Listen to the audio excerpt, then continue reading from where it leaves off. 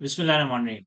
This is Murtaza Qaid from the platform of IQ School of Finance and welcome to the another summary lecture of consolidation.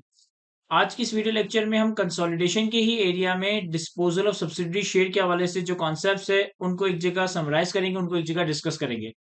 देखिए, अगर एक parent company किसी subsidiary company को acquire करती है either by way of simple acquisition, either by way of step acquisition, either further acquisition, तो इसको किस तरह से हमने मैनेज करना है, इसको किस तरह से हमने अकाउंट फॉर करना है, ये हमने ऑलरेडी डिस्कस किया। अब हम सब्सिडरी के डिस्पोजल की बात कर रहे हैं, यानी कि पेरेंट कंपनी सब्सिडरी कंपनी के शेयर्स को डिस्पोज ऑफ करता है। इस केस में भी हमारे पास मल्टीपल सिनेरियोस हो सकते हैं सब्सिडरी के शेयर्स की डिस्पोजल का, तो हम हर सिनेरियो की अकाउंटिंग ट्रीटमेंट, अकाउंटिंग जो इम्प्लीकेशन है उनको डिस्कस करेंगे। बेसिकली पहले तो मैंने दो ब्रॉड कैटेगरीज में इसको बाइफरकेट किया है। Number one is full disposal and number two is partial disposal. Sir, full disposal या पार्शियल डिस्पोजल का क्या मतलब है? फॉर एग्जाम्पल कि एक पेरेंट कंपनी के पास सब्सिडरी कंपनी के कंट्रोलिंग शेयर्स हैं।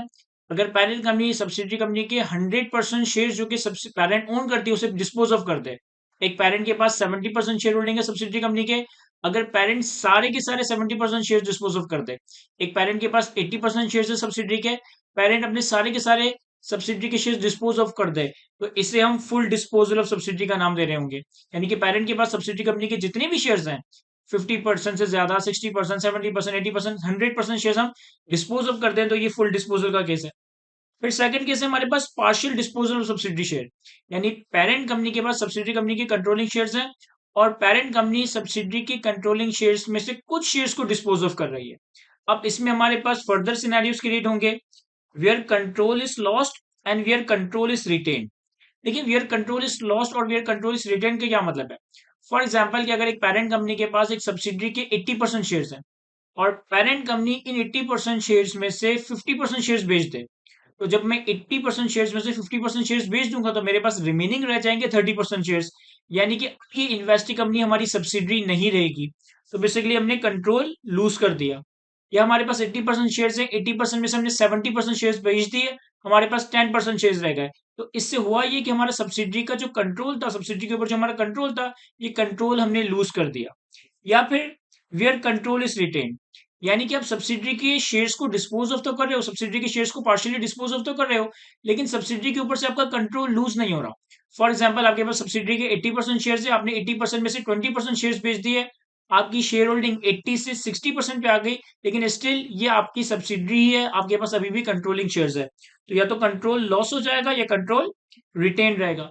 तो जहां पे कंट्रोल लॉस हो जाएगा, इसमें फर्दर दो सिनेरियोस क्रिएट होंगे, सब्सिडी टू सिंपल इन्वेस्टमेंट और सब्सिडी टू एसोसिएट।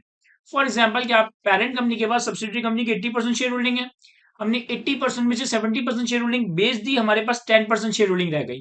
तो ये जो इन्वेस्टमेंट की टाइप में चेंज आया, जब हमारे पास 80% शेयर होल्डिंग थी तो ये हमारी सब्सिडरी थी, जब हम 80% से 10% पे आ गए तो अभी हमारी सिंपल इन्वेस्टमेंट बन गया।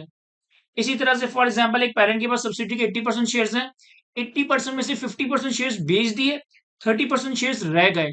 तो ये जो इन्वेस्टमेंट की कैटेगरी या इन्वेस्टमेंट की टाइप में चेंज आया, पहले ही हमारी सब्सिडी अभी हमारी एसोसिएट बन गई है। तो ये चार पॉसिबल सिनेरियोस हमारे पास हो सकते हैं, either full disposal, either partial disposal में control is lost from subsidy to investment और फ्रॉम सब्सिडी टू एसोसिएट, और या फिर पार्शियल डिस्पोजल में where the control is retained. तो इन सारे सिनेरियोस की अकाउंटिंग इम्प्लीकेशन, जो अकाउंटिंग ट्रीटमेंट उनको हम डिस्कस करेंगे। सबसे पहले हम बात करते हैं फुल डिस्पोजल ऑफ सब्सिडी की। देखिए, फुल डिस्पोजल ऑफ सब्सिडी का क्या मतलब है कि अगर एक पेरेंट कंपनी के पास सब्सिडी कंपनी के कंट्रोलिंग शेयर्स हैं और पेरेंट कंपनी सारे के सारे कंट्रोलिंग शेयर्स को डिस्पोज ऑफ करते हैं, जितने भी कंट्रोलिंग शेयर्स हो, चाहे 70, 80, 90, इवन 100%, अगर पेरेंट कंपनी सब्सिडी के सारे कंट्रोलिंग शेयर्स को डिस्पोज ऑफ कर देती है, तो इस केस में क्या होगा? सर, जब आप पेरेंट के 100% कंट्रोलिंग शेयर्स को डिस्पोज ऑफ कर देंगे, तो अब ये आपकी सब्सिडी नहीं रही, अब ये आपकी सब्सिडी नहीं रही, अब ये बन जाएगा आपके लिए डिसकंटिन्यूड ऑपरेशन। अब ये आपके लिए बन जाएगा डिसकंटिन्यूड ऑपरेशन। लेकिन साल के पहले दिन से लेकर जिस दिन तक आप इसके शेयर्स डिस्पोज ऑफ कर रहे हो, जिस दिन आप इसके शेयर्स को डिस्पोज ऑफ कर रहे हो, उस अरसे तक ये आपकी सब्सिडी थी। तो उस अरसे का जो भी पीएनएल होगा from the start of the year to the date of disposal, to the date of disposal of subsidiary shares, इस पीरियड में ये आपकी सब्सिडी थी, तो इस पीरियड के profit and loss income statement के नंबर हम कंसोलिडेट कर रहे होंगे, एक डिसकंटिन्यूड ऑपरेशन के नाम से सेपरेट कॉलम बना रहे होंगे। यानी कि पेरेंट सब्सिडरी कंपनी की sales, cost of sales, admin expense, selling expense, PNL में जितनी चीजें आ रही होंगी, ओसीआई में जितनी चीजें आ रही होंगी, from the start of the year से लेकर to the date of disposal, जितने भी पीएनएल या इनकम स्टेटमेंट के नंबर्स होंगे, इनको हम कंसोलिडेट करेंगे डिसकंटिन्यूड ऑपरेशन के नाम से, और एक सेपरेट कॉलम में डिसकंटिन्यूड ऑपरेशन के नंबर्स को प्रेजेंट करेंगे। Consolidate the results to the date of disposal as discontinued operation. ये हम बात कर रहे हैं कंसोलिडेटेड पीएनएल या अदर कॉम्प्रेसिव इनकम, यानी कि इन टोटल इनकम स्टेटमेंट की।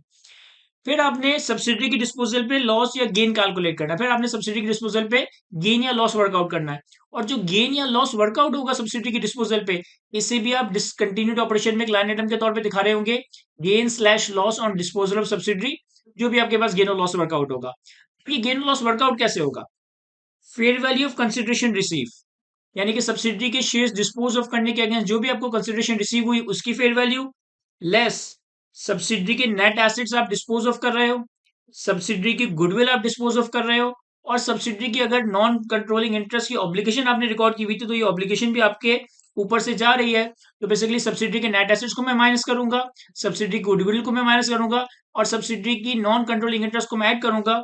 तो ये चीजें मेरे पास से एलिमिनेट होंगी।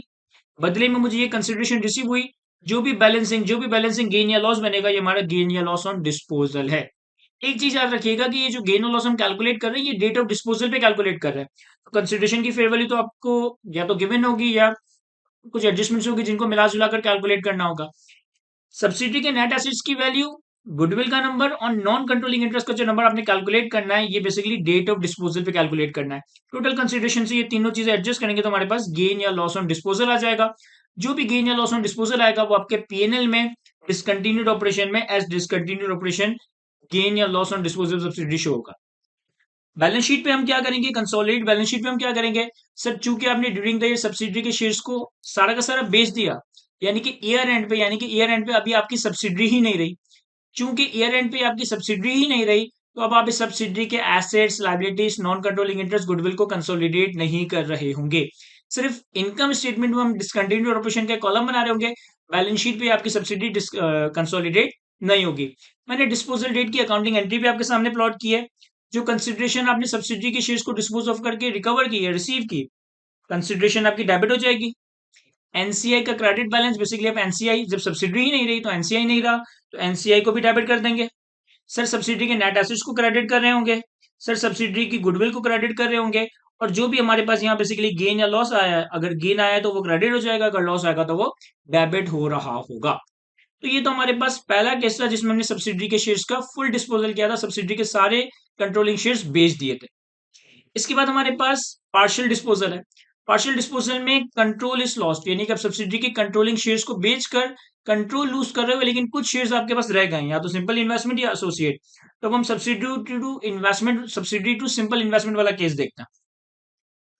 देखिए, अगर आप सब्सिडी के शेयर्स का पार्शियल डिस्पोजल कर रहे हो और आपका कंट्रोल लूज हो रहा है, यानी कि आपकी सब्सिडी अब नहीं रही और अब ये सिंपल इन्वेस्टमेंट में कन्वर्ट हो गई है, तो इसका मतलब है कि एक तरह से आपने सब्सिडी को बेच दिया, एक तरह से आपने सब्सिडी को बेच दिया और आपने एक सिंपल इन्वेस्टमेंट को एक्वायर कर लिया, और आपने एक सिंपल इन्वेस्टमेंट को एक्वायर कर लिया।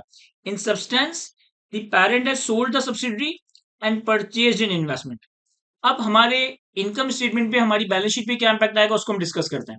देखिए, इनकम स्टेटमेंट पे सेम वही काम करना है जो हमने इस केस में किया था, यानी कि साल के स्टार्ट से लेकर जिस साल आप ये सब्सिडी का कंट्रोल लूज कर रहे हो, उस वक्त तक की आपकी सब्सिडी है, उस वक्त तक के इनकम स्टेटमेंट्स के जितने भी रिजल्ट्स हैं उनको हम कंसोलिडेट करेंगे, लेकिन सेपरेटली एक डिसकंटिन्यूड ऑपरेशन के कॉलम में शो कर रहे होंगे। Consolidate the results to the date of disposal as discontinued operation. फिर हमें सब्सिडी की कंट्रोलिंग शेयर्स लूज करने की वजह से, सब्सिडी का कंट्रोल लूज करने की वजह से सब्सिडी के डिस्पोजल पे गेन और लॉस कैलकुलेट करेंगे। जो भी गेन और लॉस आएगा वो डिसकंटिन्यूड ऑपरेशन के कॉलम में ही एज गेन और loss on disposal of subsidy show होगा। ये कैलकुलेट कैसे होगा? सर ये कैलकुलेट होगा fair value of consideration receive, fair value of consideration receive, यानी कि जितने सब्सिडी के शेयर्स आपने डिस्पोज ऑफ किए उसके बदले में जो आपको कंसिडरेशन मिली, plus fair value of investment retained, जितना परसेंट शेयर आपके पास रह गया है। फॉर एग्जाम्पल कि अगर मैं 80% शेयर होल्डिंग से 10% पे आ रहा हूं, तो 10% शेयर मेरे पास रह गए, उनकी फेयर वैल्यू। सर सब्सिडी के नेट एसेट्स की कैरिंग वैल्यू, गुडविल की कैरिंग वैल्यू और नॉन कंट्रोलिंग इंटरेस्ट की कैरिंग वैल्यू, ये तीनों कैरिंग वैल्यूज कैलकुलेट की जाएगी at the date of disposal. तो जो भी हमने कंसिडरेशन रिसीव की on the disposal of, on the partial disposal of shares, जो इन्वेस्टमेंट या जो शेयर्स हमारे पास रह गए उनकी फेयर वैल्यू, इन दो फेयर वैल्यू से नेट एसेट को माइनस करेंगे, गुडविल को माइनस करेंगे और एनसीआई को ऐड करेंगे, तो हमारे पास गेन और लॉस ऑन डिस्पोजल आ जाएगा। और जो भी गेन और लॉस आएगा ये सिंपली आपका पीएनएल में रिकॉर्ड होगा। अब ये जो इन्वेस्टमेंट आपके पास रह गई, अब ये जो सिंपल इन्वेस्टमेंट आपके पास रह गई, ये IFRS 9 के तहत सिंपल इन्वेस्टमेंट है, जिसे हम IFRS 9 के तहत या तो fair value through PNL model में या fair value through other comprehensive income model में अकाउंट फॉर कर रहे होंगे। Treat the investment in equity under IFRS 9 either at fair value through PNL और fair value through other comprehensive income. फिर हम बात करते हैं बैलेंस शीट की, फिर हम बात करते हैं कंसोलिडेट बैलेंस शीट की। क्योंकि हमने सब्सिडी का कंट्रोल ही लूज कर दिया, यानी कि अभी हमारी सब्सिडी नहीं रही, तो अब इस इन्वेस्टिंग कंपनी के एसेट, लायबिलिटी, एनसीआई, गुडविल को हम कंसोलिडेट नहीं करेंगे ईयर एंड पे। चूंकि हमने सब्सिडी का कंट्रोल ही लूज कर दिया, ये हमारी सब्सिडी ही नहीं रही, तो ईयर एंड पे कंसोलिडेट बैलेंस शीट बनाते वक्त सब्सिडी कंपनी के एसेट, लायबिलिटी, एनसीआई और गुडविल को कंसोलिडेट नहीं किया जाएगा। डिस्पोजल पे क्या जनरल एंट्री बनेगी उसको हम डिस्कस कर लेते हैं। सर, जो भी आपने शेयर्स को डिस्पोज ऑफ करके कंसिडरेशन रिसीव की, ये कंसिडरेशन डेबिट होगी फेयर वैल्यू पे। जो नंबर ऑफ शेयर्स आपके पास रह गई, जो सिंपल इन्वेस्टमेंट आपके पास रह गई, इससे आप फेयर वैल्यू पे एज अ इन्वेस्टमेंट कैपिटलाइज करेंगे, क्योंकि एक तरह से आपने सब्सिडी बेचकर इन्वेस्टमेंट एक्वायर कर ली है। सब्सिडी की नॉन कंट्रोलिंग इंटरेस्ट आपके सर से गया, non controlling interest debit. Subsidy के नेट एसेट्स आपके पास से गए, नेट एसेट्स क्रेडिट। सब्सिडी कोई गुडविल खत्म, गुडविल क्रेडिट। जो भी बैलेंसिंग गेन या लॉस आएगा ये आपका इस डबल एंट्री का बैलेंसिंग नंबर होगा। अगर गेन आएगा तो क्रेडिट होगा, अगर लॉस आएगा तो डेबिट होगा, और जो भी गेन लॉस होगा वो आपका पीएनएल में रिकॉग्नाइज हो जाएगा। ये हमारे पास सेकंड केस था, basically partial disposal of subsidiary share when the control is lost and the disposal is from subsidy to simple investment. अब हम तीसरा केस डिस्कस करते हैं। तीसरे केस में क्या है कि हम सब्सिडी के शेयर्स का पार्शियल डिस्पोजल कर रहे हैं, हमारा सब्सिडी से कंट्रोल लूज हो रहा है, और अब हमारी इन्वेस्टमेंट सब्सिडी से एसोसिएट बनने जा रही है। यानी कि फॉर एग्जांपल, अगर मेरे पास 80% शेयर्स हैं सब्सिडी कंपनी के, और 80% में से मैं 50% शेयर्स को बेच दूं, तो मेरे पास 30% शेयर्स रह जाएंगे। सर, सब्सिडी के स्टेटस लूज हो गया और ये 30% शेयर्स इन्वेस्टमेंट इन एसोसिएट को रिप्रेजेंट करेगा। इस केस में हम क्या करेंगे? सर, इस केस में भी सब्सटेंस ये कहता है कि आपने सब्सिडी को बेचकर एसोसिएट को एक्वायर कर लिया, आपने सब्सिडी को बेचकर एसोसिएट को एक्वायर कर लिया। तो in substance the parent has sold the subsidy and purchase an associate. अब डेट ऑफ डिस्पोजल तक ये इन्वेस्टिंग कंपनी आपकी सब्सिडरी है, तो डेट ऑफ डिस्पोजल तक इनकम स्टेटमेंट के जो भी रिजल्ट्स है वो हम कंसोलिडेट करेंगे एज अ डिसकंटिन्यूड ऑपरेशन। यानी कि सब्सिडरी की sales, purchases, cost of sales, admin expense, selling expense और बाकी सारे इनकम और एक्सपेंसेस साल के स्टार्ट से लेकर डिस्पोजल डेट तक हम कंसोलिडेट कर रहे होंगे, लेकिन इनको सेपरेटली डिसकंटिन्यूड ऑपरेशन के कॉलम में शो करेंगे। Consolidate the result to the date of disposal as discontinued operation.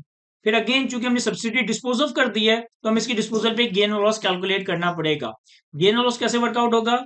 Fair value of consideration receive, जो शेयर्स आपने बेच दिए उसके बदले में जो आपको कंसिडरेशन रिसीव हुई।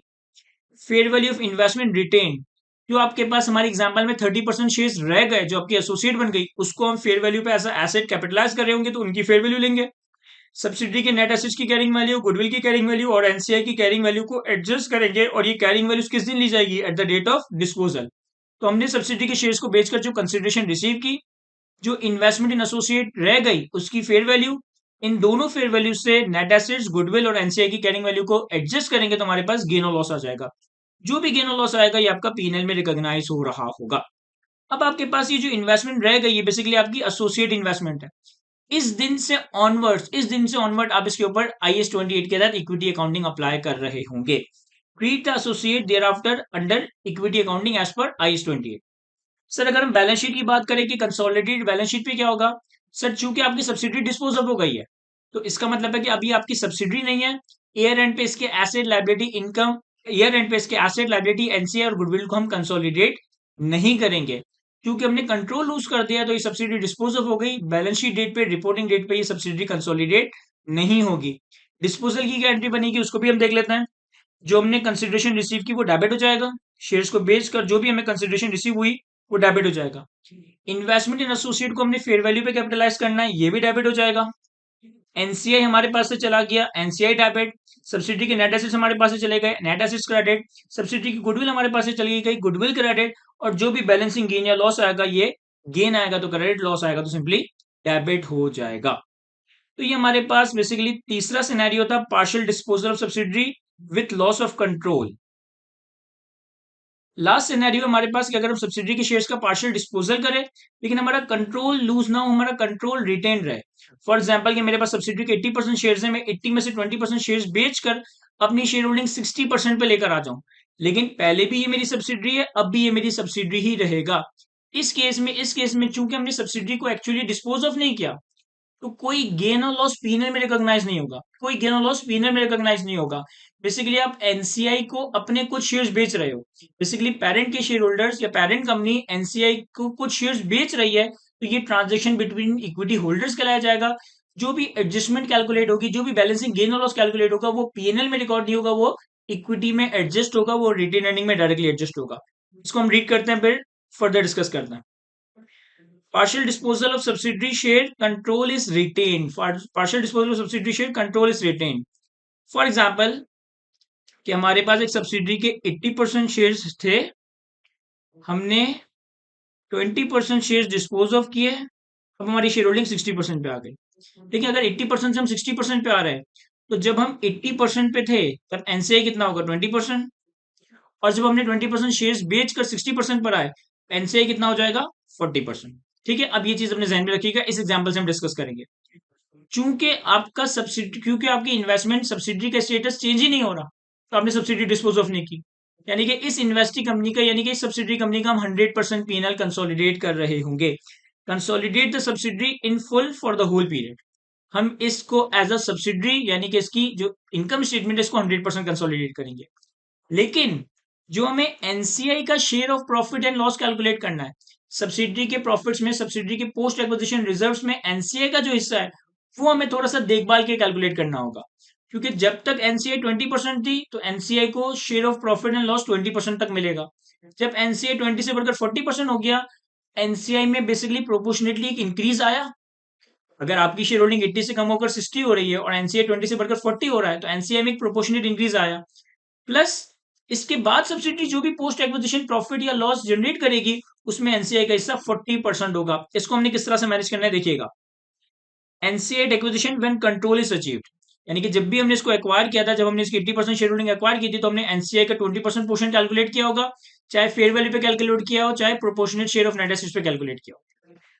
Share of NCI in the post acquisition reserve to the date of disposal as per the original NCI percentage. जिस दिन तक आप ये पार्शियल डिस्पोजल कर रहे हो, जिस दिन आप ये पार्शियल डिस्पोजल कर रहे हो, उस वक्त तक का सब्सिडी का जो भी अर्निंग है, उस वक्त तक सब्सिडी के जो भी post acquisition profit and loss है, वो एनसीआई को अलोकेट होंगे। एनसीआई को ओरिजिनल परसेंटेज के हिसाब से, हमारे एग्जांपल में 20%। तो आपके पास एनसीआई का नंबर आ जाएगा at the date of disposal. तो आपके पास एनसीआई की नंबर आ जाएगा at the date of disposal. अब अगेन, ये सारी चीजें फुल गुडविल मेथड हो, पार्शियल गुडविल मेथड हो, इनसे कोई फर्क नहीं पड़ता। अब आपने क्या करना है कि चूंकि आपने 80 में से 20 बेचकर अपनी शेयर होल्डिंग 60 पे ले आए, और एनसीआई 20% से बढ़कर 20% से 40% पे आ गया, तो हमें एनसीआई में एक प्रोपोर्शनेट इंक्रीज कैलकुलेट करना पड़ेगा। Increase in NCI on the date of disposal, ये कैसे कैलकुलेट होगा? जो भी एनसीआई का नंबर है बिफोर डिस्पोजल, इसको हम मल्टीप्लाई करेंगे share holding disposed of divided by original NCI percentage.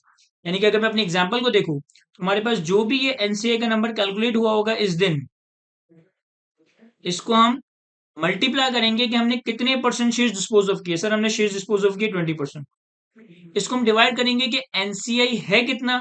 Sir NCI है कितना? एनसीआई 20% ही है।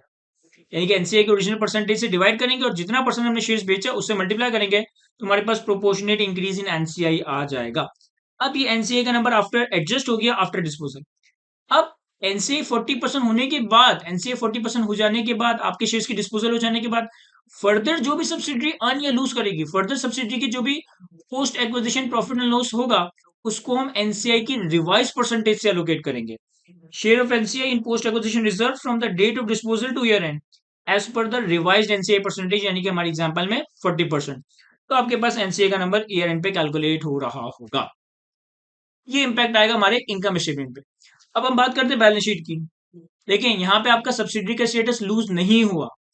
80% पे भी आपकी सब्सिडी थी, 60% पे भी आपकी सब्सिडी थी, तो कोई गेन और लॉस कैलकुलेट नहीं होगा, कोई गेन और लॉस आपका पीएनएल में रिकॉग्नाइज नहीं होगा।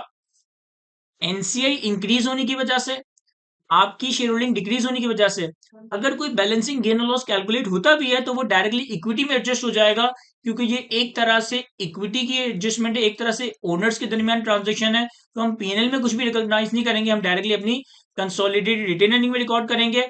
और अगर हम चेंजेस इन इक्विटी बनाते हैं तो ये चेंजेस इन इक्विटी में रिटेन अर्निंग या कंसोलिडेटेड रिटेन अर्निंग के कॉलम में प्रेजेंट हो रहा होगा।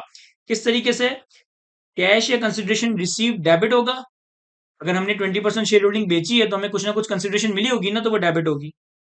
हमारी एनसीआई इंक्रीज हो रही है इस नंबर से, हमारी एनसीआई इस नंबर से इंक्रीज हो रही है जो मैंने यहाँ वर्कआउट किया है। इतनी नंबर से हम एनसीआई को इंक्रीज कर रहे होंगे, क्रेडिट कर रहे होंगे। इन दोनों डेबिट क्रेडिट में जो भी बैलेंसिंग होगा ये आपकी कंसोलिडेटेड अर्निंग में इक्विटी में एडजस्ट हो जाएगा। अगर क्रेडिट बैलेंस आ रहा है तो क्रेडिट कर दीजिएगा, अगर डेबिट बैलेंस आ रहा है तो सिंपली डेबिट कर दीजिएगा। Adjustment to equity post to the parent column in this consolidated retain earnings working. ये चीज हमारी पीएनएल में नहीं आएगी, ये चीज हमारे चेंजेस इन इक्विटी में प्रेजेंट हो रही होगी। तो ये तो बेसिकली हमारे कंसोलिडेशन या डिस्पोजल ऑफ सब्सिडी शेयर से पर्टेनिंग चारों सिनेरियोस थे जिनको हमने डिस्कस किया। इसके अलावा कुछ एक और इंपॉर्टेंट बातें आपसे डिस्कस करने के लिए। देखिए, ये सारी ट्रीटमेंट जो मैंने आपके साथ डिस्कस की ये तो कंसोलिडेटेड फाइनेंशियल स्टेटमेंट्स में, ये तो कंसोलिडेटेड फाइनेंशियल स्टेटमेंट्स में। सवाल ये क्रिएट होता है कि पेरेंट के इंडिविजुअल फाइनेंशियल स्टेटमेंट्स में क्या हो रहा होगा। पेरेंट के इंडिविजुअल फाइनेंशियल स्टेटमेंट्स में हम सब्सिडरी के शेयर्स अगर बेच रहे हैं, फुल डिस्पोजल है, पार्शियल डिस्पोजल है, कंट्रोल लूज हो रहा है, कंट्रोल लूज नहीं हो रहा, इन एनी केस पेरेंट की बैलेंस शीट में, पेरेंट के सेपरेट फाइनेंशियल स्टेटमेंट्स में ये इन्वेस्टमेंट या तो कॉस्ट पे रखी गई होगी, ये इन्वेस्टमेंट या तो फेयर वैल्यू पे रखी गई होगी। पेरेंट के सेपरेट फाइनेंशियल स्टेटमेंट्स में अगर आप सब्सिडी के शेयर्स बेच रहे हो तो कंट्रोल लूज हो या ना हो इससे कोई फर्क नहीं पड़ेगा। पेरेंट के पास ये इन्वेस्टमेंट या तो कॉस्ट पे होगी या फेयर वैल्यू पे होगी एज पर IFRS 9। तो अब सब्सिडी के शेयर्स पे जो भी गेन और लॉस आएगा ये गेन और लॉस आप रिकॉग्नाइज कर रहे होंगे सेपरेट अकाउंट्स में। लेकिन जब आप सेपरेट अकाउंट से कंसोलिडेटेड अकाउंट्स बनाओगे, कंसोलिडेटेड फाइनेंशियल स्टेटमेंट्स बनाओगे, तो अगर सेपरेट अकाउंट्स में कोई गेन या लॉस रिकॉग्नाइज हुआ है इससे आप रिवर्स करोगे, अंडू करोगे, और कंसोलिडेटेड गेन और लॉस जो हमने कैलकुलेट करना सीखा उससे हम कैलकुलेट करके पेरेंट के रिटेन अर्निंग्स में प्लॉट कर रहे होंगे। तो सेपरेट अकाउंट में अगर कोई गेन और लॉस कैलकुलेट हुआ है तो ये डी रिकॉग्नाइज हो जाएगा, अंडू हो जाएगा, रिवर्स हो जाएगा, और फिर कंसोलिडेटेड गेन और लॉस अकॉर्डिंगली मैनेज होगा। मैं इसे रीड करता हूं। Accounting treatment in the parent separate financial statements कहता है the treatment in the parent separate financial statements follow the legal form of the transaction. Shares have been sold, shares बेचे हमने। Therefore, the treatment in the parent separate financial statement is same whether or not the control is lost. चाहे control loose हुआ हो ना हुआ हो, separate financial statements के perspective से हमने शेयर्स बेचे तो लीगल फॉर्म के हिसाब से हमने सब्सिडी के शेयर्स बेच दिए। In parent separate financial statements investment in subsidies are either held at cost और at fair value under IFRS 9। हमने एक समरी लेक्चर में डिस्कस किया था कि हम डिफरेंट तरह के इन्वेस्टमेंट्स को कैसे रिकॉर्ड करते हैं। तो सब्सिडी की जो इन्वेस्टमेंट है वो सेपरेट अकाउंट में या तो कॉस्ट पे होती है या fair value model under IFRS 9 होता है। हम सेपरेट अकाउंट्स में गेन और लॉस कैसे कैलकुलेट करते हैं? Consideration receive, fair value of consideration receive less carrying amount of investment dispose of. जितना परसेंट या जितने नंबर ऑफ शेयर्स हमने सब्सिडी के बेच दिए उतनी कैरिंग वैल्यू को हम रिड्यूस कर देते हैं, और जो भी गेन और लॉस आता है वो हमारे सेपरेट अकाउंट्स में रिकॉर्डेड होता है जनरली। अगर आप सेपरेट से कंसोलिडेटेड अकाउंट्स में आ रहे हो तो इस सेपरेट अकाउंट्स की गेन और लॉस को अंडू या रिवर्स करोगे और फिर कंसोलिडेटेड गेन या लॉस रिकॉर्ड करोगे। अगर सेपरेट अकाउंट्स में कोई एडजस्टमेंट ही रिकॉर्ड नहीं हुई, गेन और लॉस रिकॉर्ड ही नहीं हुआ तो फिर आपको कुछ अंडू या रिवर्स करने की जरूरत नहीं पड़ेगी। तो ये तो हमारी डिफरेंट तरह की ट्रीटमेंट थी डिस्पोजल ऑफ सब्सिडी शेयर्स के केस में। कंसोलिडेटेड अकाउंट्स में क्या होगा, सेपरेट अकाउंट्स में क्या होगा। एक और छोटा सा कॉन्सेप्ट है, एक और छोटा सा केस है डीम डिस्पोजल का। एक और छोटा सा कॉन्सेप्ट, एक और छोटा सा केस है डीम डिस्पोजल का। देखिए, इसका पहले मैं एग्जांपल समझाता हूँ और फिर ट्रीटमेंट एक्सप्लेन करूंगा। फॉर एग्जांपल, एक पेरेंट कंपनी है, पेरेंट कंपनी के पास एक सब्सिडरी कंपनी के 60% शेयर्स हैं। पेरेंट कंपनी के पास सब्सिडरी कंपनी के 60% शेयर्स है। पेरेंट के पास सब्सिडरी के 60% शेयर्स है, यानी कि आपकी सब्सिडरी, आप इसे कंसोलिडेट कर रहे हो। सब्सिक्वेंटली सब्सिडरी ने न्यू शेयर्स इश्यू किए। प्रैक्टिकली स्पीकिंग, जब कंपनी नए शेयर्स इशू करती है तो पहले वो नए शेयर्स अपने एग्जिस्टिंग शेयर होल्डर्स को ही ऑफर किए जाते हैं, और एग्जिस्टिंग शेयर होल्डर के पास ये राइट होता है कि वो इन नए शेयर्स को सब्सक्राइब करे, इन नए शेयर्स को बाय करे या इस राइट को डिनाई कर दे। इसीलिए हम इनको राइट शेयर्स कह रहे होते हैं। अब फॉर एग्जाम्पल की सब्सिडरी कंपनी ने न्यू शेयर्स इशू किए, राइट शेयर्स इशू किए, लेकिन पेरेंट ने इसको बाय करने से मना कर दिया। पेरेंट ने इसको बाय करने से मना कर दिया, तो फिर सब्सिडरी ने क्या किया होगा? सब्सिडरी ने ये न्यू शेयर्स किसी थर्ड पर्सन या किसी थर्ड पार्टी को शेयर इशू कर दिए होंगे, किसी भी XYZ शेयर होल्डर को, नए बंदे को। तो ऐसा हो सकता है कि पेरेंट के पास सब्सिडी का 60% शेयर्स है, पेरेंट ने अपने एग्जिस्टिंग शेयर होल्डिंग या एग्जिस्टिंग नंबर ऑफ शेयर्स में कोई छेड़छाड़ नहीं की, सब्सिडरी ने नए शेयर्स इशू किए किसी थर्ड पार्टी को, और इसकी वजह से आपकी जो शेयर होल्डिंग परसेंटेज है वो नीचे आ जाए, 60 से कम होके 30 पे आ जाए, 60 से कम होके 15% पे आ जाए। तो इसका मतलब है कि आप यहाँ भी आपकी सब्सिडरी का स्टेटस लूज हो रहा होगा। ये सिनेरियो कहलाया जाएगा डीम डिस्पोजल। यानी कि आपने एक्चुअली शेयर्स नहीं बेचे, आपके पास एक्चुअली वही शेयर्स थे पहले भी अब भी, लेकिन सब्सिडरी ने नए शेयर्स इशू करके आपके पास से कंट्रोल चला गया। अब ये डीम डिस्पोजल का कॉन्सेप्ट ट्रिगर हो रहा होगा। इस केस में भी हमें सिंपली क्या करना है कि हमारी सब्सिडी डिस्पोज हो जाएगी, हम गेन और लॉस कैलकुलेट कर रहे होंगे और वो गेन और लॉस पीएनएल में जाएगा क्योंकि सब्सिडी लूज हो रही है, और जो इन्वेस्टमेंट हमारे पास रह जाएगी उसको हम फेयर वैल्यू पे लेकर आ जाएंगे। अगर तो सिंपल इन्वेस्टमेंट रह जाती है, 10 12 15% रह जाती है, तो इसे IFRS 9 के तहत फेयर वैल्यू थ्रू पीएनएल या फेयर वैल्यू थ्रू OCI में अकाउंट फॉर कर रहे होंगे। और अगर सिग्निफिकेंट इन्फ्लुएंस रह जाता है, इन्वेस्टमेंट इन एसोसिएट रह जाती है, तो इसको फेयर वैल्यू पे लाने के बाद इसके ऊपर हम इक्विटी अकाउंटिंग अप्लाई कर रहे होंगे। देखें, deem disposal A deemed disposal occurs when subsidiary issue new shares and the parent does not take up all of the right such that its holdings reduce. Subsidiary company ने नए shares issue किए, parent ने उन नए shares में, उन right shares में अपना ऑप्शन या अपना राइट एक्सरसाइज नहीं किया और पेरेंट की शेयर होल्डिंग कम हो गई। In substance this is disposal and is therefore accounted as such. The percentage owned by the parent before and after the subsidiary issue new shares must be calculated and accounted for accordingly. अब again, अगर subsidy नए shares issue कर रही है, आपकी share holding नीचे आ रही होगी अगर वो नए शेयर्स किसी थर्ड पर्सन को इशू किए जा रहे हैं। या तो आपका कंट्रोल लूज हो रहा होगा या आपका कंट्रोल रिटेन रहेगा। अगर आपका कंट्रोल लूज हो रहा है तो हो सकता है ये सब्सिडी से सिंपल इन्वेस्टमेंट बन जाए, हो सकता है ये सब्सिडी से एसोसिएट बन जाए। तो जो भी सिनेरियो यहाँ पे ट्रिगर होगा, उस हिसाब से हम अकॉर्डिंगली, हमने जो ऊपर अकाउंटिंग ट्रीटमेंट कवर की, उस हिसाब से हम इसको मैनेज कर रहे होंगे। तो ये हमारे पास आज के इस लेक्चर में डिस्पोजल ऑफ सब्सिडरी शेयर से पढ़ रहे हैं जितने सिनेरियोस थे, मैंने उनको कवर करने की कोशिश की है। आई होप कि ये सारी बातें मैं आपको अच्छे से एक्सप्लेन कर सका हूं। आज के इस वीडियो को यहीं तक रखना है। Thank you, Allah Hafiz.